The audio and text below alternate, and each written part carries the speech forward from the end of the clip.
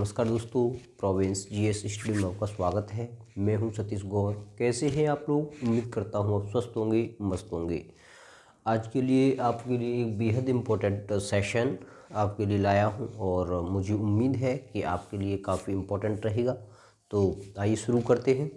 सबसे पहले विकिरण, उसके बाद में संचालन और संवहन और चालन, इन तीनों चारों को आपके लिए समक्ष रखूँगा और एक विस्तृत रूप में वर्णन करूँगा। 1 सेकंड। तो सबसे पहले मैं आपको बता दूं कि विकिरण, संचालन, संवहन और चालन, ये चार ऐसे टॉपिक हैं जो कि बारी बारी से एग्जाम के पॉइंट ऑफ व्यू पे इम्पोर्टेंट हैं और बारी बारी से हर एग्जाम में पूछे भी जाते हैं और ये क्वेश्चंस हर स्टूडेंट नहीं कर पाता। इसलिए मैं आपके समक्ष इस सेशन के थ्रू इसे रखने जा रहा हूँ। तो सबसे पहले हम बात करेंगे विकिरण की, दूसरे नंबर पे बात करेंगे संचालन की, एंड थर्ड नंबर पे संवहन और लास्ट में हम चालन की बात करेंगे। तो सबसे पहले आपको मैं बता दूं कि जो विकिरण है, किसी पदार्थ को ऊष्मा तरंगों के संचार द्वारा सीधे गर्म होने को विकिरण कहते हैं। जैसे कोई भी पदार्थ है जो ऊष्मा की तरंगों को डायरेक्टली गर्म हो रहा है, जैसे सूर्य की किरणों से कोई भी पदार्थ गर्म होता है, वो क्या होता है? एक विकिरण के द्वारा गर्म होता है। हम एग्जाम्पल सहित समझेंगे कि किसी पदार्थ को ऊष्मा तरंगों के संचार द्वारा सीधे गर्म होने को विकिरण कहते हैं। कैसे? जैसे एग्जाम्पल, सूर्य से प्राप्त होने वाली किरणों से पृथ्वी तथा उसका वायुमंडल गर्म होता है। ये आपके लिए मोस्ट इंपॉर्टेंट है। ये डायरेक्ट आपको पूछ लिया जाता है एग्जाम्पल कि सूर्य से प्राप्त होने वाली किरणों से पृथ्वी तथा उसका वायुमंडल गर्म होता है। ये किसका एक उदाहरण है? तो ये विकिरण का उदाहरण है। किसका उदाहरण है? विकिरण का। ये आपके लिए मोस्ट इंपॉर्टेंट है। आगे हम चलते हैं। उसका है संचालन। संचालन विधि आपको एग्जाम में काफ़ी पूछ लिया जाता है और मुझे उम्मीद है कि आप लोगों को इस वीडियो के बाद ये जो क्वेरी रहती है विद्यार्थियों की, सर हमें संचालन विधि या संवहन विधि के बारे में आप बताएं, और मुझे काफ़ी कमेंट भी आते हैं। तो मुझे उम्मीद है कि आप सभी लोगों के लिए इसके बाद, इस वीडियो के बाद या इस लेक्चर के बाद ये जो क्वेरी है आपकी दूर होगी। और आइए चलते हैं संचालन विधि के बारे में मैं आपको बताऊं। तो संचालन विधि, जब असमान ताप वाली दो वस्तुएं एक दूसरे के संपर्क में आती हैं तो अधिक तापमान वाली वस्तु से कम तापमान वाली वस्तु की ओर ऊष्मा प्रवाहित होती है।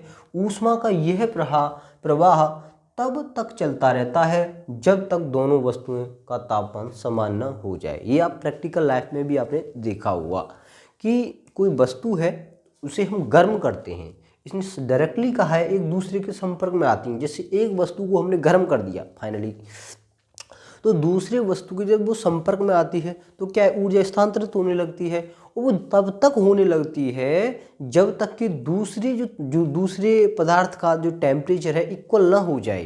क्या ना हो जाए? इक्वल। इसमें कहा है कि एक दूसरे के संपर्क में आती है तो अधिक तापमान वाली वस्तु से कम तापमान वाली वस्तु की ओर ऊष्मा प्रवाहित होती है। ऊष्मा का यह प्रवाह तब तक चलता रहता है जब तक दोनों वस्तुएं समान ना हो जाएं या दोनों वस्तुओं का तापमान समान ना हो जाए।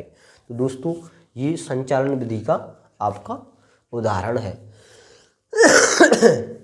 तो आप संचालन विधि को समझ सकते हैं, काफ़ी मोस्ट इम्पोर्टेंट है। उसके बाद में हम संवहन विधि की बात करें कि किसी गैसीय अथवा तरल पदार्थ में एक भाग से दूसरे भाग की ओर उसके अणुओं द्वारा ऊष्मा के संचार को संवहन कहते हैं। जैसे जो गैसेस होती हैं, गैस क्या होती है? संवहन विधि द्वारा गति करती हैं।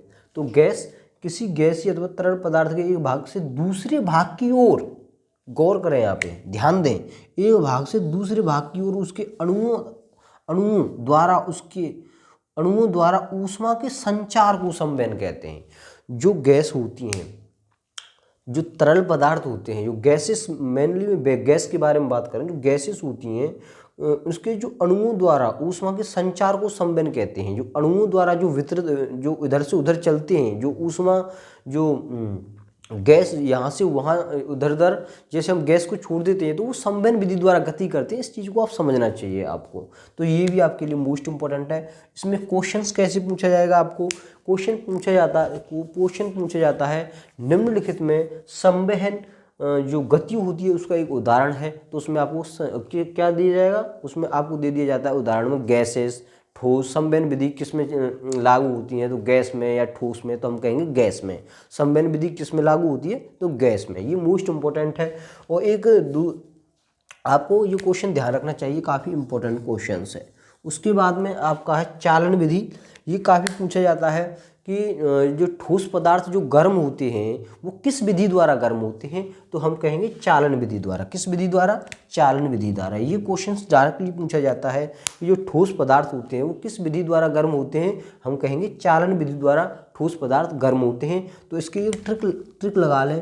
ट्रिक ये होगी कि जो चालन होती है, जो चालनी होती है घर पे, जो आटा छानने के काम आती है चालनी, वो किसकी होती है, लोहे की होती है। हम सपोज याद कर लेते हैं, जो चालनी होती है, जो चालनी होती है लोहे की, जो चालनी होती है घर पे आटे को जो छानने वाली होती है वो किसकी होती है, लोहे की होती है। किसकी होती है, लोहे की। किसकी होती है, चालनी किसकी होती है, चालनी होती है लोहे की। तो हम सीधा याद कर लेंगे, जो चालन होता है वो लोहे में होता है। ठीक है, मुख्य रूप से ठोस पदार्थों में होता है। तो चालन विधि किस में होती है, लोहे में होती है। ये मोस्ट इंपॉर्टेंट आपके लिए रहेगा। तो आपके लिए संवहन, संचालन, चालन ये काफ़ी इंपॉर्टेंट थे, इसलिए मैंने आपके समक्ष ये टॉपिक रखा। मुझे उम्मीद है कि आप सभी के लिए हमारा जो सेशन है काफ़ी इंपॉर्टेंट रहेगा। यदि हमारा जो सेशन आपके लिए इंपॉर्टेंट रहे तो प्लीज़ लाइक, कमेंट और सब्सक्राइब जरूर करें। धन्यवाद।